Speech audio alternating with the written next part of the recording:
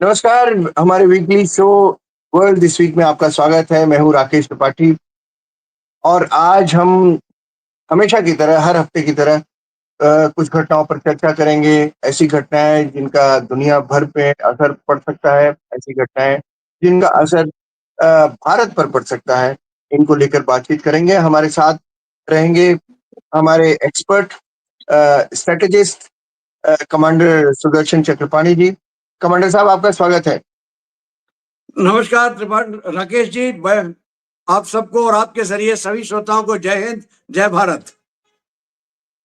Commander साहब, सबसे पहला सवाल तो अलास्का को लेकर होगा कि ट्रम्प और पुतिन आए, मिले।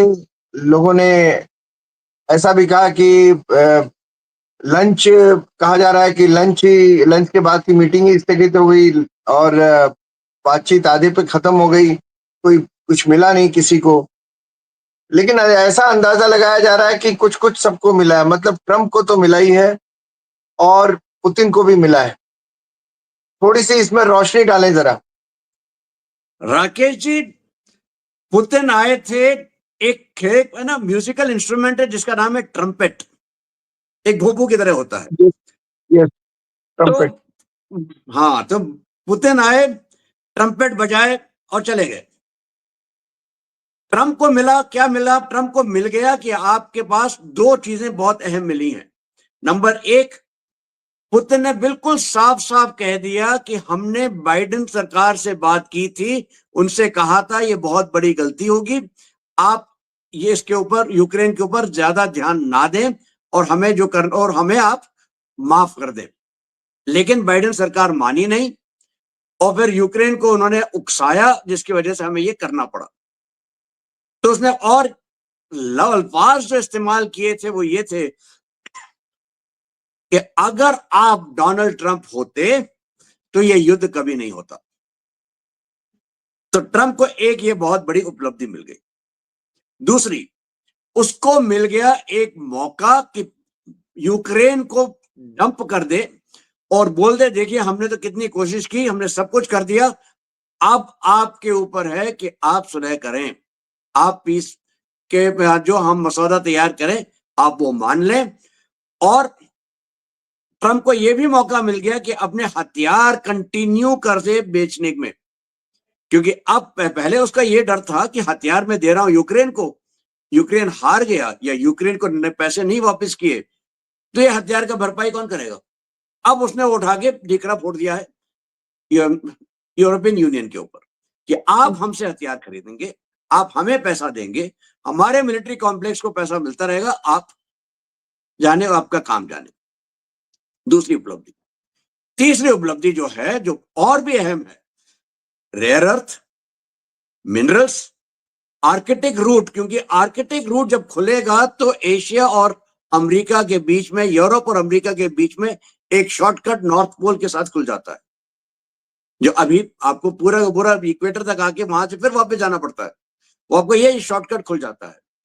यहां पे ट्रंप को वो है ना, एक थोड़ा सा लॉलीपॉप दिखा दिया है, दिया नहीं है, दिखाया है कि आपको ये हम यहाँ पे इंक्लूड कर लेंगे। एक और लॉलीपॉप दिखाया, देखिए हमारे पास रेयर अर्थ है।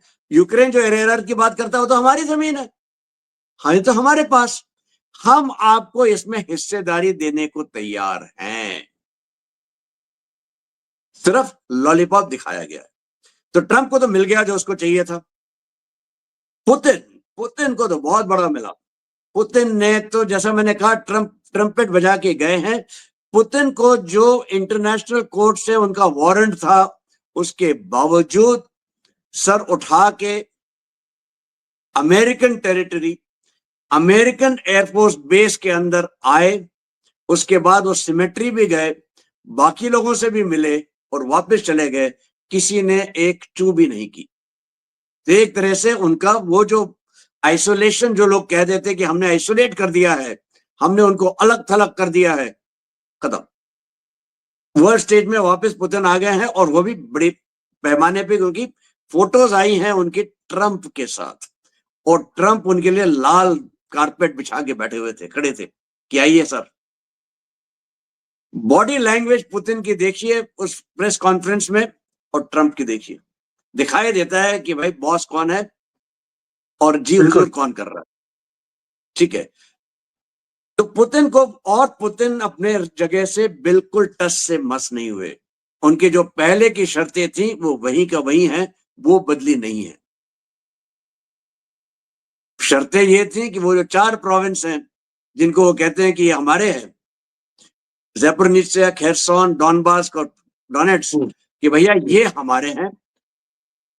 किस तरह से इनको आपका माने जाएगा कि रशिया का हिस्सा ना भी हो, लेकिन इनको सेल्फ रूल मिल जाएगा, ऑटोनॉमी मिल जाएगी, वो अलग बात है, लेकिन वो एक बफर बन जाएगा। दूसरा, यूक्रेन कभी नेटो का हिस्सा नहीं बनेगा, मतलब नेटो का ईस्टवर्ड एक्सपेंशन बंद। तीसरा, सैंक्शन हटाइए आप हमारे, वो भी हो जाएगा। तो पुतिन को तो वो सारी चीजें मिल गई जो उसको चाहिए थी।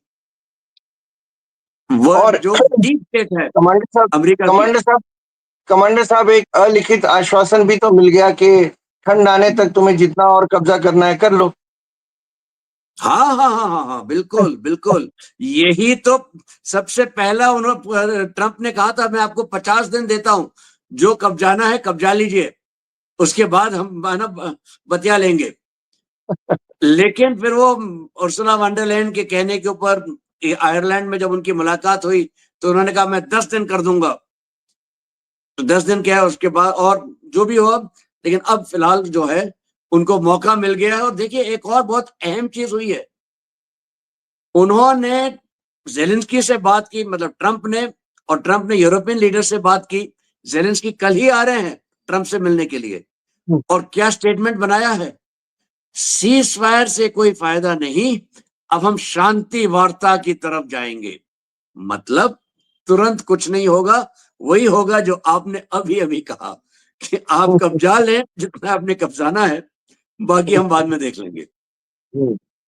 कमांडर साहब, एक खबर ये भी मिल रही है कि जेलेंस्की ने ये ऑफर जो है ट्रंप का, वो ठुकरा दिया है। मतलब जो रूस का ऑफर था ट्रंप के जरिए मिला उनको, वो ठुकरा दिया है। क्या कहेंगे इस पर? देखिए राकेश जी, ये एक फिलहाल तो एक खबर है, वो भी उसका कोई किसी ने पुष्टिकरण नहीं किया है।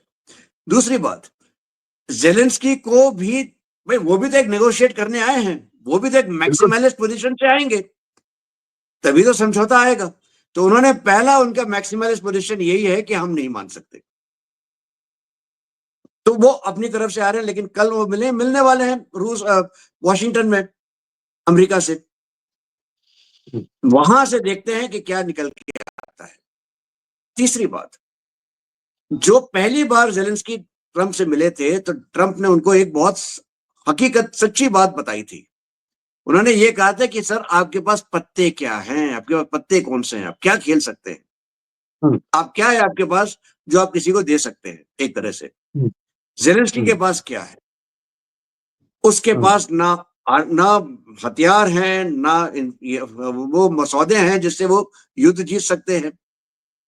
उसके पास रेयर अर्थ भी नहीं है जो कि वो रूस के कब्जे में है, और अपने आप में वो युद्ध हार जाएंगे अगर नेटो और यूरोपियन यूनियन और अमेरिका उसके पीछे खड़ा ना हो। ये तो उसके साफ दिखाई दे रहा है। तो यहां से उसे निगोशिएट करना पड़ेगा। जो उसने कोशिश की थी कि रशिया का कुछ हिस्सा वो अपने कब्जे में कर ले, वहां से भी वो करीब करीब नाकाम हो गए हैं, क्योंकि वो जो हिस्सा उसके पास अब बचा है वो करीब करीब ना के बराबर हो गया है।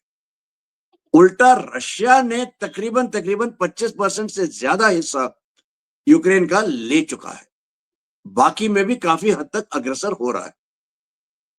तो ये हकीकत की सिचुएशन है। और तीसरा, ट्रंप के पास, तो ट्रंप ने अपने लिए बहुत बढ़िया सा एक ना भूमिका बना के बैठा हुआ है। वो तो अमेरिकन पब्लिक को, यूरोपियन पब्लिक को यही बोलेगा कि देखिए हम तो युद्ध विराम के लिए अपने ऊपर, अपने विश्वास के ऊपर, अपनी साख के लिए भी हमने अपने वो कर लिया, और पुतिन से हम मिले, क्योंकि हम नहीं भी मिलना चाहते थे फिर भी हम मिले, सिर्फ इसलिए कि शांति हो सके, सिर्फ इसलिए कि समझौता हो सके, और आप वो समझौता ठुकरा रहे हैं। उधर है ना, पुतिन ने भी यूरोप को बोला था, आप इस समझौते को जो हमने एक अंडरस्टैंडिंग अभी हम पहुंचे हैं, इसको आप टॉर्पीडो ना करें। मतलब अंदर से, पानी के नीचे से जब आप जहाज के ऊपर एक सबमरीन मिसाइल के नाम पे भेजती है, उसको कहते हैं टॉर्पीडो। मिसाइल नहीं, वो पानी के अंदर अंदर चलती है और पानी के नीचे ही एक्सप्लोड करके जहाज को डुबा देती है। तो यही कह रहे हैं यूरोपियन यूनियन को कि आप इस मसौदे को टॉर्पीडो ना करें, मतलब डुबाए मना। उनको वो धमकी दे रहे हैं एक तरह से। तो भूमिका तो पृष्ठभूमि बिल्कुल अच्छे से बनी तैयार रखी है। चित ट्रंप जीतेंगे, बट जेलेंस्की हारेंगे। राकेश क्या जी। यूरोपियन यूनियन इस बात से खुश है? मुझे तो नहीं लगता यूरोपियन यूनियन खुश होगा, क्योंकि यूरोपियन यूनियन तो कह रहा है कि सिक्योरिटी की भी गारंटी मिले, कि अगर मतलब हमला होता है तो पूरा सब लोग नाटो जितने देश हैं मिलके रोकेंगे, हमला करेंगे। ये सब कैसे होगा कमांडर साहब? यूरोपीय देश तो सबसे ज्यादा नाखुश हैं। क्यों? क्योंकि देखिए, एक तो ट्रंप ने दूध में से मक्खी की तरह जेलेंस्की को अलग कर दिया, उसी तरह से यूरोपियन देश को अलग कर दिया। यूरोपियन देश के साथ जो भी उसने अंडरस्टैंडिंग की है ट्रेड डील, ट्रेड के नाम पे, कि यूरोप अमेरिका से 600 बिलियन के एनर्जी खरीदेगा, यूरोप अमेरिका से हथियार खरीदेगा। यूरोप को क्या मिलेगा भाई? यूरोप को एक पांचवें हिस्से में, मतलब 1/5वें हिस्से में एनर्जी मिलती है रशिया से। वो कब खरीदेगा? बहुत महंगी एनर्जी तो यूरोप को मिलेगी। बेरोजगारी, यूरोप को मिलेगी महंगाई, यूरोप को तो ये मिल रहा है। यूरोप को मिलेगा एक तरह से डिस्टेबलाइजेशन, क्योंकि उनके पास वो क्षमता नहीं होगी कि इतनी महंगाई और बेरोजगारी हैंडल कर सके। तो रिस्पेक्टिव देशों में जरा सी, है ना, अनबन रहेगी, लोग नाराज होंगे। उसके साथ साथ यूरोप को यूक्रेन को भी संभालना है, और यूरोप को बस ये मिल जाएगा कि हाँ साहब, अगर रशिया ने आपके ऊपर अटैक किया तो हम आपको प्रोटेक्ट करेंगे। ये अमेरिका की तरफ से रहेगा, जो नेटो के साथ है। यूरोपियन देश अब बात कर रहे हैं कि देखिए, अगर यूक्रेन नेटो में नहीं आएगा, कि नेटो के बराबर अगर आता तो प्रोटेक्शन उसको मिलना चाहिए। लेकिन वो यूरोपियन देश ये भी भूल रहे हैं कि मिन्स्क समझौते के बाद यूरोप जो बातें मानी गई थी वो तो आपने पूरी नहीं की, इसीलिए तो ये युद्ध हो रहा है। अगर पूरी हो गई होती तो वो नहीं होती। तो अब जो है, यूरोपियन देश तो नाराज हैं, लेकिन उनके पास विकल्प क्या है? उनके पास कोई चारा नहीं है, मानना पड़ेगा। मैं मुझे याद आता है, मैं ये यूक्रेन की स्थिति देखता हूँ तो मुझे याद आता है वर्ल्ड वॉर 1 की बात, जब जर्मनी को इतना अपमानित किया गया था वर्साई की संधि के साथ, कि उनके लोगों में तब जाके हिटलर पैदा हुआ था। और वर्ल्ड वॉर 2 में फिर क्या हुआ आपने देखा। तो are we cornering Ukraine to the wall? एक तरह से आप सही कह रहे हैं, लेकिन एक छोटा सा फर्क है यहां पे। फर्क यह है कि यूक्रेन और रशिया उसी ऑर्थोडॉक्स चर्च का हिस्सा है। यूक्रेनियन और रशियंस करीब करीब एक से हैं। और यूक्रेन, जो आज का यूक्रेन है, अगर आप पूरा मान लेते हैं तो इसमें कम से मोटा मोटी तौर पे 30 से 35% रशियन है। हम्म, तो और दूसरी अहम बात यह है कि रशिया ने इस पूरे के पूरे युद्ध के दौरान यूक्रेन के जो एनर्जी है, यूक्रेन के जो इंपॉर्टेंट इंफ्रास्ट्रक्चर था, पहले 1.5 साल में बिल्कुल अटैक नहीं किया। वो अटैक अभी शुरू हुए जब यूक्रेन ने रशिया के ऊपर बहुत भीषण अटैक करने शुरू कर दिए, खास करके जब उसने मुर्मांस्क वाले एयरबेस के ऊपर हमला किया, या फिर अभी हाल ही में उसने एक उनके ऑयल रिजर्व्स के ऊपर सोची में किया। तो जब ये सब करने लगा तभी रशिया ने उल्टा जोर से मारना शुरू किया, वरना रशिया डैमेज ले रहा था लेकिन दे नहीं रहा था इतना ज्यादा। तो मुझे नहीं लगता उतना ज्यादा असर पड़ेगा। चिंता की विषय यह है कि अगर यूरोप अपने आप को रीआर्म करेगा, जैसे फर्स्ट वर्ल्ड वॉर के बाद देखिए रीआर्मिंग में आपने जर्मनी को पीछे आपने दबा दिया था, और जब जर्मनी ने अपने आप को अपना रीआर्म करना शुरू किया, मतलब अपने हथियार शुरू किए, फिर आज जाके बना है सेकेंड वर्ल्ड वॉर।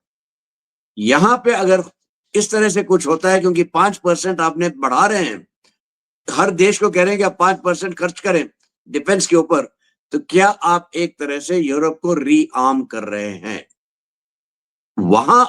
क्योंकि दोनों विश्व युद्ध जो हैं शुरू तो यूरोप में ही हुए थे।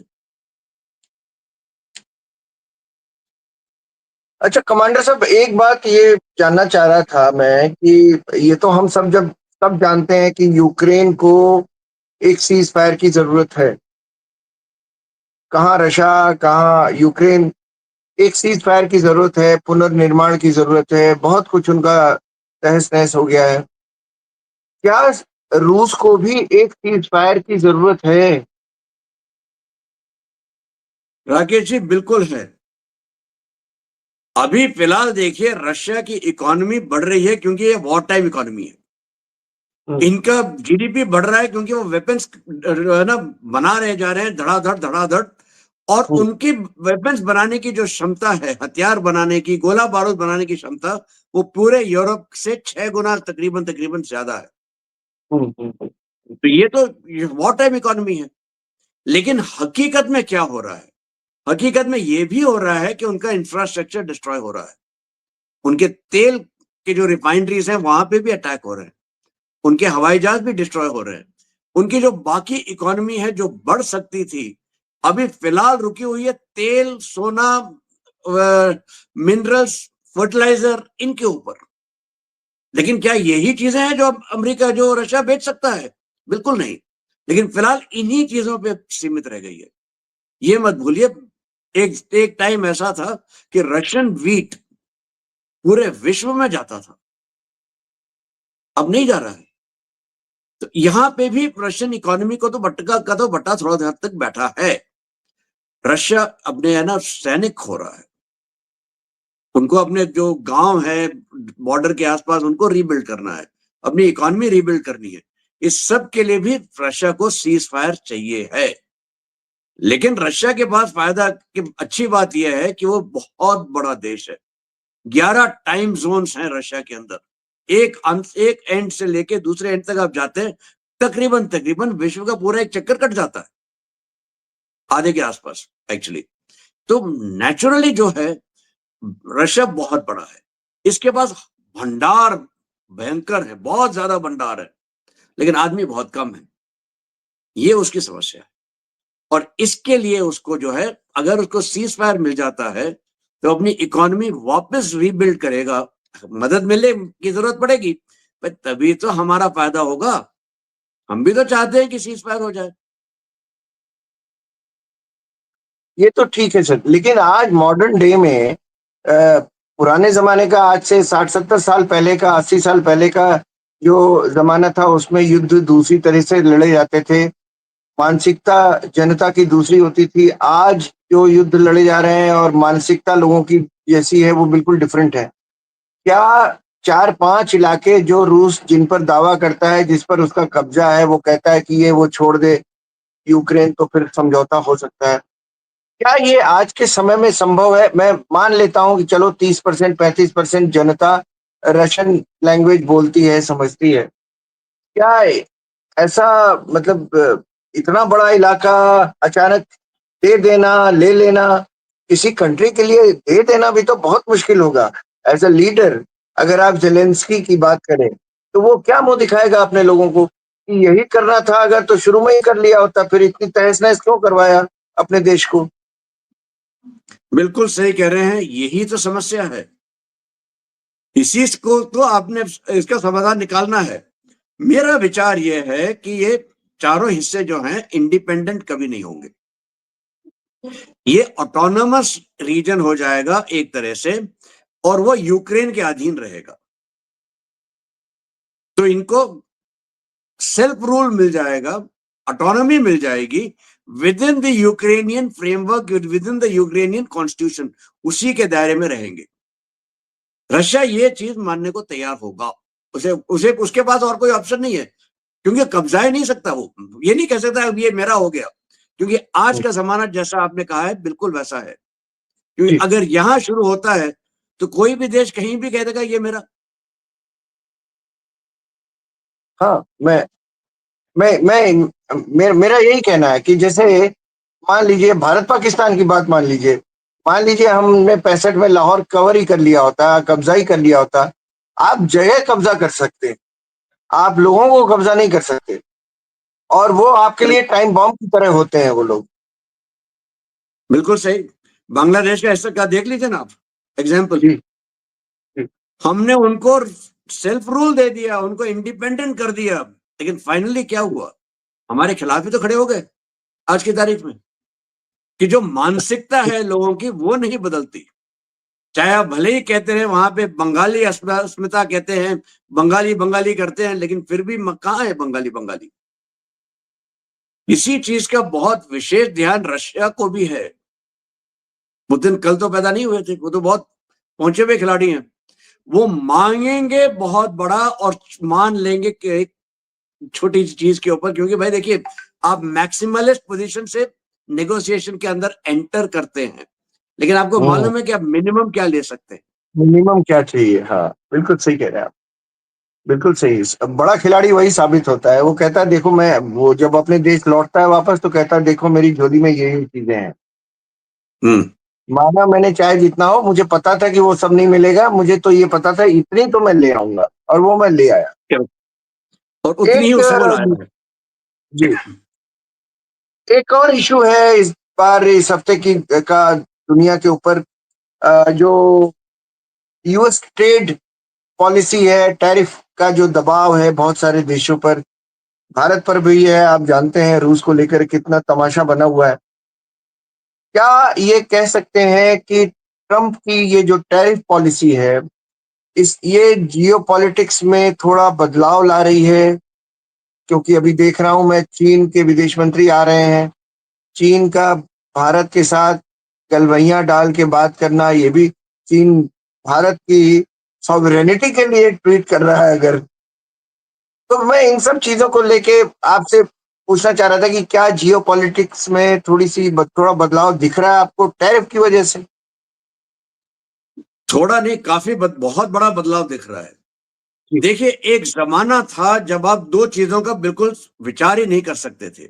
नंबर जी। एक, आपको कभी ये विचार नहीं आया होगा कि डी डॉलराइजेशन जैसा शब्द इस्तेमाल कोई करेगा और डॉलर से लोग हटना शुरू होंगे, ये कभी सोचा ही नहीं था किसी ने।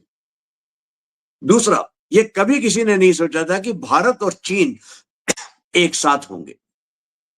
और आरआईसी जैसी जो चीज है, जो रशिया ने 1990 के दशक में पहली बार प्रपोज की थी, वो हकीकत में उसके तरफ कदम उठाने शुरू हो जाएंगे।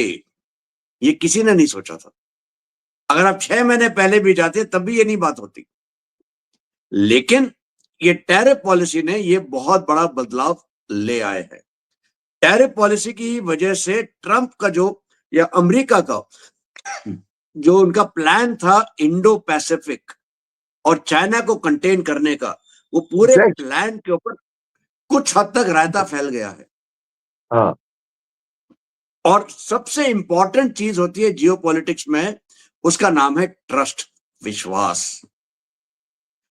बार बार अमेरिका यही दर्शाता है कि आप हमारे ऊपर विश्वास नहीं कर सकते। चाहे वो वियतनाम हो वहां से भागे, चाहे वो अफगानिस्तान हो वहां से भागे, चाहे वो ईरान, चाहे वो इराक हो, इराक में उन्होंने तबाही मचाई लेकिन क्या मिला, चाहे वो लिबिया हो, तबाही मचाई, क्या मिला, और जब और तबाही मचाई उसके बाद खुद भाग खड़े हुए। कमांडर साहब, ये बार बार वो साबित कर रहे हैं कि प्रेसिडेंट कोई भी हो, रिपब्लिकन हो या डेमोक्रेट हो, कोई भी हो, आप अमेरिका पर विश्वास नहीं कर सकते। ये ट्रंप बिल्कुल। का पहला कार्यकाल आप देख लीजिए, वो इंडो पैसिफिक रीजन के लिए कितना वो मोदी मोदी मोदी मोदी कर रहे थे, और अचानक उनका वो आपने सही कहा, वो रायता फैला दिया उन्होंने। तो ये जो रायता फैला है, ये तो अमेरिका के लिए बड़ा नेगेटिव है। इसको अमेरिकन स्ट्रेटेजिस्ट किस तरह से देख रहे होंगे, अगर आप कुछ इस पर थोड़ी रोशनी डाल सकें। देखिए, कल परसों की बात है, अब हो सकता नरसों की बात थी। फरीद जकारिया हैं जो एक हाँ जियो पॉलिटिकल वो लिखते हैं, और ये जी, आम तौर पे लेफ्ट लीनिंग है और इंडिया के इतने तरफ पर है ना पक्ष में नहीं बोलते। उनका भी लेख है जो कहता है ये tariff is the single most biggest failure of American foreign policy, single लिखा होगा। Biggest failure. ठीक है, तो मतलब क्या दिखा रहे हैं आप? हर बंदा जो अमेरिका में जिसके अंदर हल्का सा भी दिमाग है वो यही कहता है कि भैया आपने अपने अपने जो सबसे अच्छा आपका मित्र था, एक ऐसा देश अमेरिका का देखिए, अगर आप किसी भी देश में जाते हैं, पाकिस्तान में तो अमेरिका के खिलाफ पूरी जनता है, 90% लोग पाकिस्तान अमेरिका के खिलाफ है। लेकिन हिंदुस्तान में 50 नहीं 60-65% लोग अमेरिका के फेवर में है। हम अमेरिका को अच्छा मानते हैं। आपने ऐसे देश के अंदर ऐसा रायता फैला दिया कि अगले ओके। कुछ साल तक, कम से कम मेरे हिसाब से तो अगले दशक तक आप यही है ना उस इस रिश्ते को वापस नहीं बना पाएंगे। 25 साल की मेहनत 25 घंटे में बर्बाद की है। मैं ये एक ख्याल आया था मेरे दिमाग में, आप एक स्टेट्समैन जिसको कहते हैं, पॉलिटिशियन तो सारे होते हैं, एक स्टेट्समैन जो है, जो सामने वाले देश, अपने सामने खड़े देश ऑफ द नेशन से बात कर रहा है, और उसको ये पता होना चाहिए कि इसकी कमजोरी क्या है, इसकी ताकत क्या है। अगर आपको ये नहीं पता है कि मोदी की ताकत क्या है, आपदा में अवसर, जिस आदमी ने एक फॉर्मूला बना दिया हो, आपने उसको घेरने की कोशिश की, और उसने कहा कि ठीक है, हम जिन जिन चीजों पर आप पर निर्भर करते थे, अब हम कोशिश करेंगे खुद ही बनाएंगे, तो सेमीकंडक्टर्स की फैक्ट्रीज। अब देखिए, इस पर मतलब छह की के 6 को ओके किया था पहले, 4 और कर दिया। तो ये तो आपने मुझे ऐसा घेरा कि मैं ताकतवर हो गया। थोड़ा इस पर बताएं। देखिए राकेश जी, हिस्टोरिकली हम ऐसे ही रहे हैं। जब भी हम जी। पे आपदा आई है हमने उस पर अवसर ढूंढा है और हम आगे गए। और इसका कोई जरूरी नहीं है कि सत्ता में कौन था। 1990s का देखिए, इकोनॉमिक संकट था, हम आगे हम उभरे। न्यूक्लियर बॉम्ब जब हमने न्यूक्लियर टेस्ट अपने किए थे दूसरी बार, सबसे ज्यादा सैंक्शंस हमारे ऊपर पड़े थे। आज भी ट्रेड टैरिफ को आप लीजिए, टैरिफ भले ही सैंक्शन नहीं है लेकिन एक तरह से सैंक्शन का ही तो रूप है। तो इसमें हम अवसर देख रहे हैं। और मोदी जी का जो अभी अभी हाल में 15 अगस्त का जो भाषण था, उसमें यही जी। चीजें तो उन्होंने दोहराई हैं। उन्होंने किसी का नाम नहीं लिया। बहुत अहम बात उन्होंने ये कही थी कि दूसरे की रेखा को घटाने में व्यक्त समय बर्बाद ना करो, समय लगाओ अपनी रेखा बढ़ाने में। साफ तो, इशारा था कि हमें आपसे कुछ नहीं लेना। तो कमांडर साहब, ऐसा तो नहीं है कि वो उनको पॉलिसी समझा रहे हो ट्रंप को कि यार खुद बड़े हो ना, मुझे छोटा क्यों कर रहे हो। बिल्कुल बिल्कुल, यही तो है। ट्रंप को यही बोल रहे थे जैसे हम लोग यूपी में कहते हैं, चौबे जी छब्बे बनने गए दुबे रह गए। डूबे बन के आ गए। बिल्कुल। ठीक है, देखिए क्या क्या उन्होंने जो साफ साफ बड़ी बड़ी चीजें बताई उन्होंने। एक उन्होंने बोला था कि आत्मनिर्भरता स्वदेशी के ऊपर ध्यान दीजिए, वो चीजें खरीदिए जिसमें हिंदुस्तानी का पसीना बहा हो। ये कहा हमारे दुकानों में पूर्णतम स्वदेशी दुकान क्यों नहीं लिखी जा सकती, जहां पे हम सिर्फ स्वदेशी चीज बेचेंगे। तीसरी बात, उन्होंने टेक्नोलॉजी के ऊपर बहुत ध्यान दिया। उन्होंने कहा एरो इंजन हम क्यों नहीं बना सकते। मैं अपने साइंटिस्ट को, अपने युवा को आह्वान करता हूं कि आप एरो इंजन बनाइए। आह्वान करता हूं कि आप हमारे लिए एक ऑपरेटिंग सिस्टम जो आपके लैपटॉप्स में, कंप्यूटर्स में और मोबाइल फोन्स में चले। एक है भरोसे नाम का सिस्टम है, वो जो हमने किया हुआ है, लेकिन वो उस लेवल पे नहीं पहुंचा है। लेकिन आह्वान किया, उन्होंने कहा डेटा सेंटर हिंदुस्तान में बनाइए, क्योंकि डेटा ही अगला तेल होगा, बहुत अहमियत रखेगा डेटा। डेटा सेंटर यहां बनाइए, सेमीकंडक्टर्स, रेयर अर्थ और सेमीकंडक्टर की तो बात आपने की है राकेश जी। 6 के अप्रूवल हो गया है, पहला हिंदुस्तानी मेड इन इंडिया सेमीकंडक्टर दिसंबर की बात कही है, मेरे हिसाब से अक्टूबर तक आ जाएगा मार्केट में। ये है 28 मिलियन नैनोमीटर का सेमीकंडक्टर की चिप। ये स्टैंडर्ड सेमीकंडक्टर चिप है, बहुत ज्यादा इस्तेमाल होती है, हर जगह यही इस्तेमाल होती है। लेकिन 3 नैनोमीटर की भी डिजाइन चिप हम लोग बनाने में अग्रसर हो चुके हैं। ये top of the line chip है। नॉन फैब्रिकेशन वाला हिस्सा जो सेमीकंडक्टर का है, मतलब फैब्रिकेट हम नहीं कर रहे हैं, लेकिन उसको चलाने के लिए सॉफ्टवेयर लिखा जाता है, उसके लिए सॉफ्टवेयर एम्बेड होता है चिप के अंदर, उसके लिए बहुत सी और चीज डिजाइनिंग होती है उसकी। इसमें हिंदुस्तान जानी मानी ताकत है। 20% से ज्यादा लोग नॉन फैब में जो हैं वो हिंदुस्तानी है। काफी मात्रा में ये लोग सबके सब बंगलौर, हैदराबाद और इस जगहों में बैठे हुए हैं, ताकि यहां से वो सारे काम होते हैं जो अमेरिका भी उसका फायदा उठाता है। तो मोदी जी ने तो बिल्कुल आह्वान दिया है। फिर उन्होंने कहा एनर्जी सिक्योरिटी, हमको आत्मनिर्भर एनर्जी में होना है। आपको याद होगा हमने कहा था कि हम 50% अपनी एनर्जी रिन्यूएबल से करेंगे 2030 तक। मोदी जी ने इसी का जिक्र करते हुए कहा हमने 2027 में ये लक्ष्य प्राप्त कर लिया है, मतलब 3 साल पहले। ये दिखाता है हमारी क्षमता, ये दिखाता है हमारा कि हम अगर खड़े हो जाएं किसी भी लक्ष्य के लिए तो हम लक्ष्य हासिल करके रहते हैं। और यही चीज मोदी जी ने कही कि भाई मैं अपनी लकीर बढ़ाऊंगा, आपकी लकीर छोटी करने में मुझे कोई दिलचस्पी नहीं है। कमांडर साहब, अब तो भारत और चीन करीब आ रहे हैं, और मैं ये भी सुन रहा हूँ, आप भी सुन रहे होंगे कि शी जिनपिंग की अब वो हैसियत नहीं रही जो पहले थी। ताकत थोड़ी घट गई है, अब उनके विदेश मंत्री भी आ रहे हैं। तो फिर से ये हो सकता है दिवा स्वप्न जैसा लगे, डे ड्रीमिंग जैसा लगे कि भारत चीन चीनी भाई भाई हम दोस्त हो रहे हैं। लेकिन एक सवाल इनके बीच में ये है कि हमें पूर्व के अपने अनुभवों को देखते हुए इस दोस्ती पर क्या-क्या ध्यान देना चाहिए? मतलब अलर्ट किन बातों से रहना चाहिए और क्या करना चाहिए, आपकी राय में सर? राकेश जी आपने बिल्कुल सही कहा। चीन ऐसा देश है जिसके ऊपर विश्वास नहीं किया जा सकता। हम लोग बहुत पहले ये कहा करते थे कि अगर आपको रास्ते में एक चीनी मिल जाए और एक सांप मिल जाए तो आप क्या करेंगे? आप पहले चीनी को मारेंगे, क्योंकि सांप तो आप जानते हैं क्या करेगा। ठीक है, ये चीन के लिए बिल्कुल है। और चीन कोई ऐसा समझौता नहीं है जो चीन मानता है, अपनी मर्जी से समझौता करता है, अपनी मर्जी से समझौता बदल देता है या तोड़ देता है।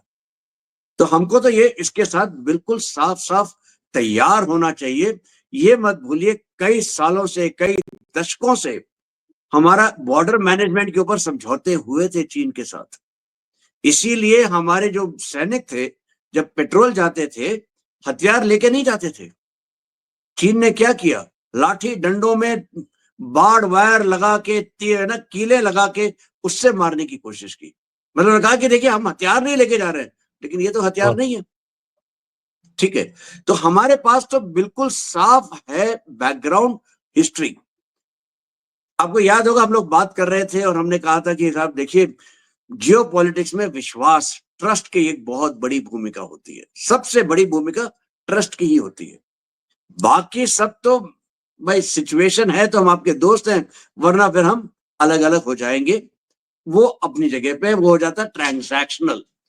हम फिलहाल चीन के साथ ट्रांजैक्शनल ही रहेंगे।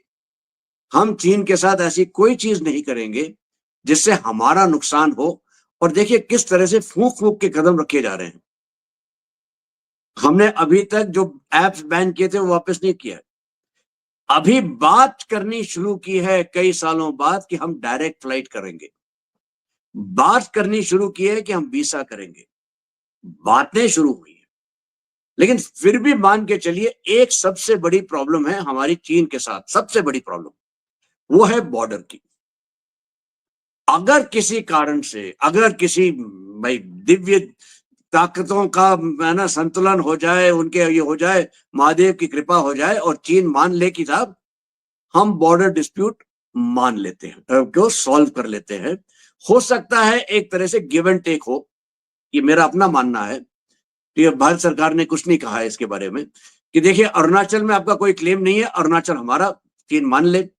बट अक्साई चिन, अक्साई चिन में चीन ने एक रोड बनाई है, रोड तो वो छोड़ेगा नहीं। अगर हम ये मान लेते हैं कि भाई रोड आपकी, लेकिन बाकी अक्साई चिन आप हमको दे दीजिए, रोड तक आपका हिस्सा, और हम ये गिव एंड टेक में मान लें और सियाचिन वायचिन आप छोड़ दीजिए, उसमें तरफ ध्यान भी मत दीजिए, तो ये हो सकता है एक मसौदा हो जाए। अगर ये होता है तो संभावनाएं खुल जाएंगी कि आगे चल के आपका जो चीन के साथ एक तरह से सुलह तो नहीं कहूंगा, लेकिन कोऑपरेटिव एग्जिस्टेंस पे हम आ जाएंगे कि हम एग्जिस्ट कर लेंगे एक दूसरे के साथ। ये जो दोस्ती है फिर से जो हो रही है, इसमें रूस की भी कोई पार्टिसिपेशन उनका हो सकता है? क्योंकि आरआईसी की बात तो होती ही रही है, और ट्रंप को चिढ़ भी इस बात से है कि ब्रिक्स में भी तीनों देश हैं, तो चिढ़ भी है उनको इस बात से। तो क्या रूस का भी अगर कोई सपोर्ट रहेगा इसमें तो बेहतर साबित होगा? रूस का तो सपोर्ट है। देखिए आरआईसी की बात शुरू भी हुई थी रूस से, और पिछले कुछ महीनों में और ज्यादा हुई है, खास करके सर्गेई लावरोव की वजह से, कि लावरोव कई बार उन्होंने इसके बारे में बोला है कि आरआईसी होना चाहिए। आरआईसी के बहुत जो सबसे ज्यादा एक तरह से आप मान लीजिए सपोर्टर है वो लावरोव है और रशिया है, क्योंकि रशिया को तुरंत इसमें एडवांटेज दिखता है। हमारे लिए ये हमेशा रहा कि हम नहीं मानेंगे, लेकिन ट्रंप की वजह से इसकी तरफ हमने सोचना शुरू किया है, सोचना शुरू किया कुछ नहीं होता।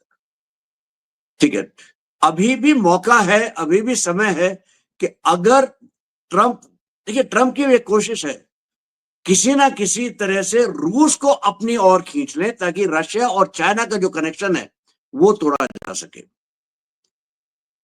उसके लिए भी ट्रंप को हिंदुस्तान की जरूरत है, क्योंकि हिंदुस्तान की ही बात पुतिन सबसे ज्यादा मानते हैं। बाकी हजारों कारण हो सकते हैं, लेकिन हिंदुस्तान के ऊपर जो ज्यादा टैरिफ लगे हैं, एक कारण ये भी है कि उनको लगता है कि अगर हिंदुस्तान के ऊपर हम ज्यादा कुछ करेंगे तो रूस हिंदुस्तान की मदद करने के लिए हमारी थोड़ी बहुत बात मान ले। हमारी समस्या ये है कि हम चीन में किससे बात करें। अभी तक तो ये था कि शी जिनपिंग थे, वो सब चीज के बॉस थे, जनरल सेक्रेटरी थे पार्टी के, सेंट्रल मिलिट्री कमीशन के बॉस थे, प्रेसिडेंट भी थे। तो जो सारी चीजें हैं, सारा जो पावर है वो एक आदमी के पास था, शी जिनपिंग। लेकिन अब वो उतनी सच्ची बात रही नहीं। आपको याद होगा हो जिनटाओ को कुछ 1.5 साल पहले एक मीटिंग से जबरदस्ती निकाल दिया गया था। हो जिनटाओ वापस आ गए इन द रेकनिंग। उनके जो नुमाइंदे हैं वह है वैन यूइंग। वैंग यूहिंग जो है वो एक तरह से शी जिनपिंग की पदवी के दावेदार के रूप में साबित हो रहे हैं। लेकिन वैन यूइंग चाहते हैं कि मैं भी शी जिनपिंग की तरह तीनों चीजें जो है मेरे अंदर हूं, जो कोई देने को तैयार नहीं है। दूसरे वहां पे हैं जैंगुशिया। जैंगुशिया जो है वो शी जिनपिंग के बहुत अच्छे मित्र हुआ करते थे। ये दोनों प्रिंसलिंग हैं, और इन दोनों के पिताजियों के खिलाफ माओ ने जरा बहुत किया था, और इनको जरा अपने पार्टी में पावर स्ट्रगल्स में ये अलग कर दिए गए थे। तो जैंगुशिया और शी जिनपिंग करीब करीब एक साथ वो चले हैं, उनको एक उसी तरह की उन्हें समस्याएं रही हैं। जैंगुशिया अब उन्होंने जो है उन्होंने सेंट्रल मिलिट्री कमीशन की नेतृत्व ले ली है, और उन्होंने साफ कह दिया कि सीएमसी के जो लीडरशिप है,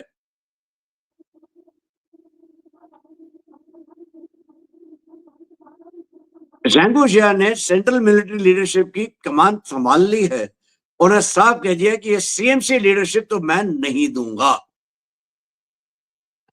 अब पार्टी में ही एक तरह से दरारें पड़ी हुई हैं कि कौन ज्यादा कुछ करेगा।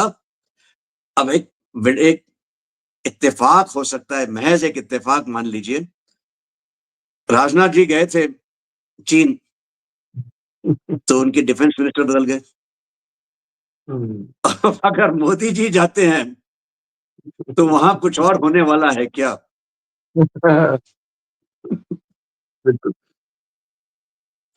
कमांडर साहब, हर हफ्ते की तरह आज भी आपने इस वीकली प्रोग्राम में आपने दो बड़ी घटनाओं के ऊपर आपने रोशनी डाली और मुझे उम्मीद है दर्शक उन्हें समझ पाए होंगे। मैं उम्मीद करता हूं कि दर्शकों को अगर दुनिया में घट रही किसी घटना के बारे में डिटेल में समझना हो, वो चाहते हो कि हम उसको डिकोड करके बताएं, हमारे एक्सपर्ट कमांडर चक्रपाणी अगर उसको डिकोड करके बताएं, तो आप हमें मैसेज करके भेजें, आप हमें संदेश भेजें। आप कौन से इशू पर आप डिटेल्स चाहते हैं, किस इशू को आप विस्तार में समझना चाहते हैं, उसकी वजहों को समझना चाहते हैं, हमें आप मैसेज करें। हम वो इशू लेकर आपके साथ हाजिर होंगे, हमेशा की तरह जैसे आज हाजिर हुए हैं आपके सामने। कमांडर साहब, आपका बहुत बहुत शुक्रिया। आपने इन दो घटनाओं पर आपने रोशनी डाली और हम सबको समझाया कि पर्दे के पीछे की कहानी क्या है। बहुत बहुत धन्यवाद सर। बहुत बहुत धन्यवाद राकेश जी। और मेरा अनुरोध रहेगा सारे श्रोताओं से कि आप कृपा करके कमेंट्स के में अपने सवाल लिखें। हम विश्वास मानिए अगले हफ्ते इनको लेंगे और इनका जवाब जरूर देंगे। तब तक के लिए जय हिंद, जय भारत। जय हिंद सर।